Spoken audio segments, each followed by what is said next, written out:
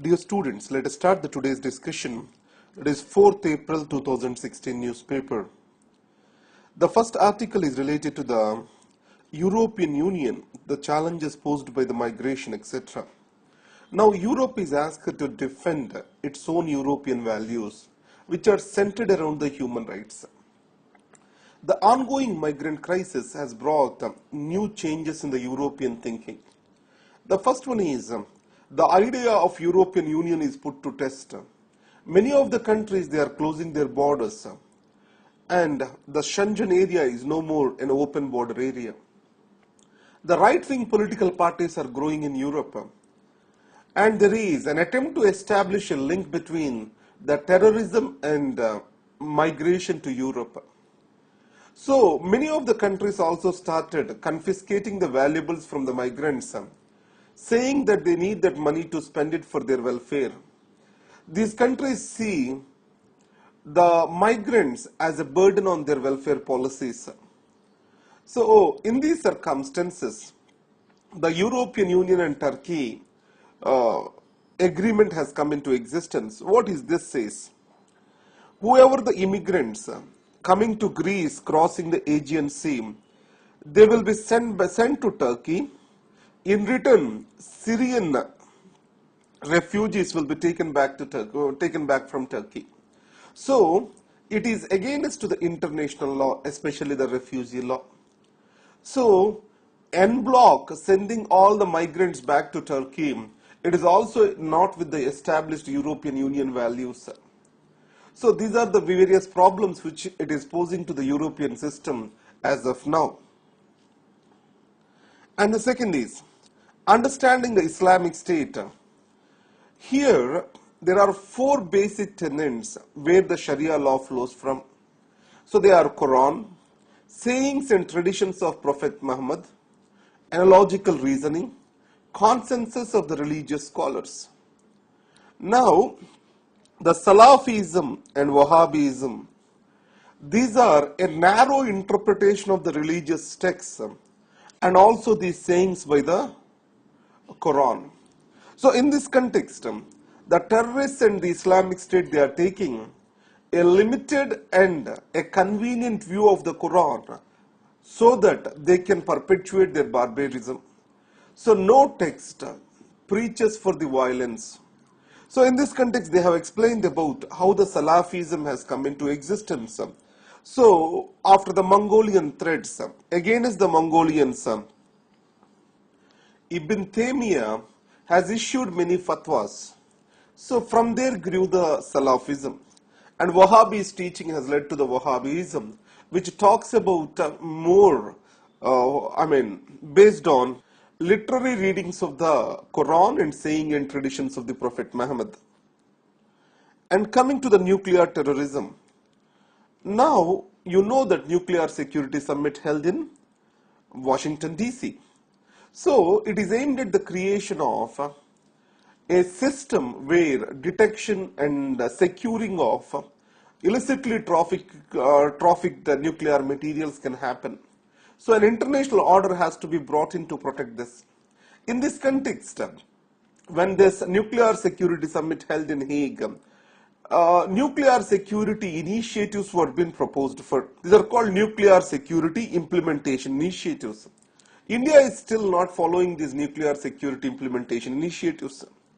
And the second thing is, recent Harvard study, India was kept, India's security of its nuclear material is said to be worse than Russia and Pakistan. On the positive side, India has contributed around $1 million to the nuclear security fund. And added to that, India also has taken up a global center for nuclear energy partnership. So there are certain positive things in Indian actions, but much to be done towards the protection of the nuclear materials and nuclear establishments. So especially the sabotage, internal sabotage through corruption, it is expected to be a dangerous thing for India to happen with regard to the security of its nuclear material. Coming to the Prime Minister's Saudi Arabia visit. So the first one is on the economic front. Prime Minister guaranteed that the GST bill will be passed and the ease of doing business will be further eased in India. And as of now, the relations between India and Saudi Arabia are dominated to the oil trade and investments. Now they will extend to the non-oil trade and investments. Both the countries are agreed to diversify their investment portfolio, and Saudi Arabia is interested in investing in India. And coming to the terrorism, so both the countries condemned the state using the terrorism as a policy instrument. And on the workers' welfare, an agreement is signed on the labor cooperation for recruitment of general category of workers. And after that, energy cooperation. So as of now, there is a buyer-seller relationship between these two countries. Now they are going to take up the joint ventures in India, Saudi Arabia, and also in the other countries. So two sides now agreed on research, human resources training, and development in the energy sector. So these are the positive developments. Now few days back, almost some 10 to 12 days back, there is an article in Hindu which says that it is the time India shall deepen its engagement with Saudi Arabia, because the Saudi Arabia and Pakistan relations are under strain, as Pakistan did not agree to the Saudis' proposal of participating in airstrikes against Yemen. Added to that, the Saudi Arabia also feels isolated because of the United States actions and the nuclear agreement where Iran was freed from the economic sanctions. So now, the Saudi Arabia is looking for diversification of its economic portfolio too, because the oil prices and commodity prices are drastically falling and is keeping a severe strain on its economy. Coming to the gross fiscal deficit to exceed the target. Now, with regard to this article, what are the challenges on India's fiscal deficit front? Let us try to understand over here. Now, gross fiscal deficit means fiscal deficit of both center plus states. Now, the center's fiscal deficit is reigned, but the states' fiscal deficits are not. And most of them are going high. And when compared to many of the emerging economies, India's fiscal deficit is high. So it is projected at 6.3%, but as of now it cannot be less than 6.9%. And majorly it is due to the poor performance by the states. Now, in spite of the 14th Finance Commission recommendations and greater transfers to states from the center, the fiscal deficits of them are increasing. It is majorly due to the expenditure. And it is further going to increase because of increase in salary hikes. And also, Uday scheme, it has led to the release of new bonds. Though under the Indian calculations, the Uday bonds, they don't come under the fiscal deficit. But under the international calculations, yes, they do come under the fiscal deficit. So, but one positive thing is, the states' revenue though dropped, they did not decrease their capital expenditure. So why the revenue of the states have dropped? Their tax income from the petroleum products is decreasing. So as this revenue deficit is growing, automatically the borrowing costs also will increase as the capital availability comes down. So that's why, first, if we want to create a growth prospects, the revenue deficit has to be sealed. And further to this, on the other side, India has to improve its revenues not by raising the tax rates, but by the tax base, by bringing in more people into the tax net. So this is what is the suggestion given by this study. And US Act to institutionalize defense trade ties with India. You know the DTTI, Defense Technology and Trade Initiative, India Rapid Reaction Cell. So this is established in the Pentagon, and it is directly overseen by an officer of grade and under secretary in the United States of America. So US Defense Secretary has taken a special interest in establishing this, Mr. Carter. So now, this Defense Technology and Trade Initiative, IRIRC, they are given a legal status by US-India Defense Technology and Partnership Act. So it means that irrespective of the change in governments, these initiatives are going to continue. And let's come to the Indian Express. Already, the Prime Minister's Modi visit to Saudi Arabia is discussed. Indian workers' welfare, we have already discussed about the new, agreement which is signed. That is, the India-Saudi Arabia agreement on labor cooperation for recruitment of general category of workers. That is what is signed over here. And next is direct benefits transformation. It will be extended to different other programs. And now this DBT mission is under Cabinet Secretary. And for this, e-Samiksha portal is been launched by the Cabinet Secretariat. And then let's come to the next paper that is related to the Prime Minister Oli's visit to China. So it is just symbolic, not substantive. So already we have discussed India need not be panicked about the Prime Minister Oli's visit to China. So though a series of agreements are signed, they are just at the agreement stage. And then it is not financially feasible to approach China by ignoring India, because the Tianjin port, which was given access to Nepal, it is almost 3,000 plus miles far away, and at one third of the distance the Nepal has access to the Kolkata port. And the second thing is, on three sides it is by India, so that's why obviously the Nepal-India relations, they are historically tested and strong.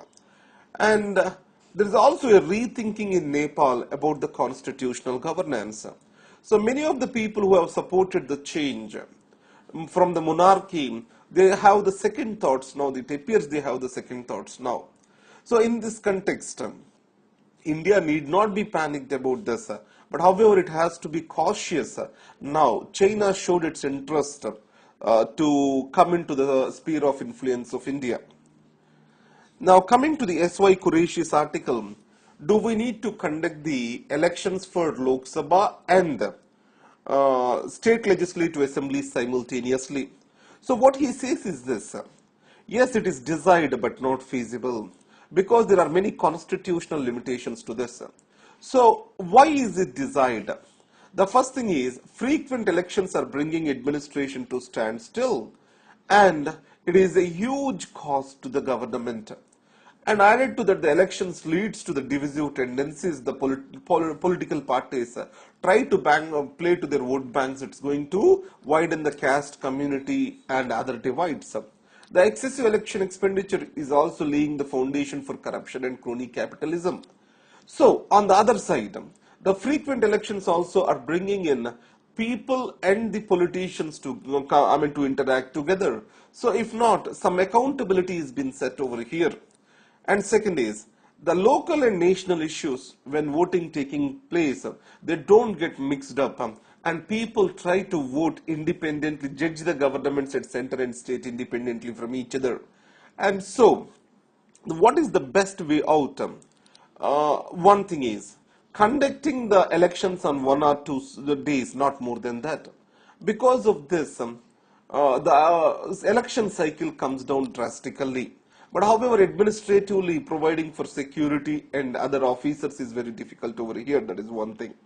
And second thing is, electoral reforms, especially state funding of political parties, and providing for, or else total ban on the corporate funds to the political parties, and a cap on the political party expenditure. As of now, individual candidates' expenditure, there is a cap, not on the political party expenditure. Bringing a cap on political party expenditure too, these are the various things which are suggested. Now, unhealthy pallor, it talks about the status of the economy. So, on the positive side, GDP growth, it has been around 7.2%, that's a welcomeable sign. And also, inflation is under control. And on the other side, if you see carefully, agricultural growth is going to be much expected, and there is a lot of rural distress. Agricultural growth under no circumstances is expected to be more than 1.1%. The bank credit growth has increased, but has increased in the retail sector, not in the manufacturing sector. It means the credit which is growing is not productive credit but consumptive credit. And there is a continuous decline in investment rate. From 33.4% to the 30.8%. It means new industries, etc., are not coming. It is going to affect in the long run the jobs. Now, foreign institutional investors are flying away from India. The job creation is also not in line with the growth. All these, that's called jobless growth. All these are the wrong signs towards the Indian economy. So already this is opening of the iPhone by the FBI and the data security versus national security. That issue has been opened up again. So this is about today's. The migrant test, already I have discussed the same article in Hindu, where it says that Europe is being asked to define its European values. I have discussed this article over there. Thank you very much. All the best. Thank you.